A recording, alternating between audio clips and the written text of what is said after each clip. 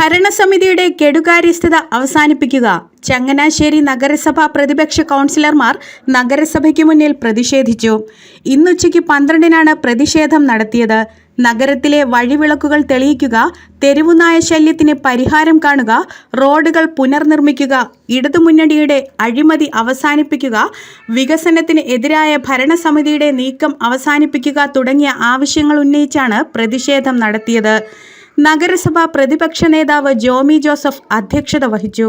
PN Noushad, Mathukutty Plathanam, PM Kabeer, Thomas Akkara, Siyad Abdurahman, Sibichan Edasseriparambil, Mathew Thekkanad, സ്ഥിരം സമിതി അധ്യക്ഷന്മാരായ M മധുരാജ്, KM നജിയ, എൽസമ്മ ജോബ്, കൗൺസിലർമാരായ സന്തോഷ് ആന്റണി, ബെന്നി ജോസഫ്, സ്മിത സുരേഷ്, ശ്യാം സാംസൺ, റെജി കളമ്മാട്ട്, സുമ ഷൈൻ, ബീന ജിജിൻ, ലിസി വർഗീസ്, മോളമ്മ സെബാസ്റ്റ്യൻ എന്നിവർ പ്രസംഗിച്ചു.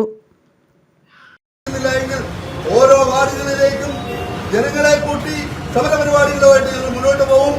അത് ഇതൊരു മുഖവരയായി നിങ്ങൾ കാണണം.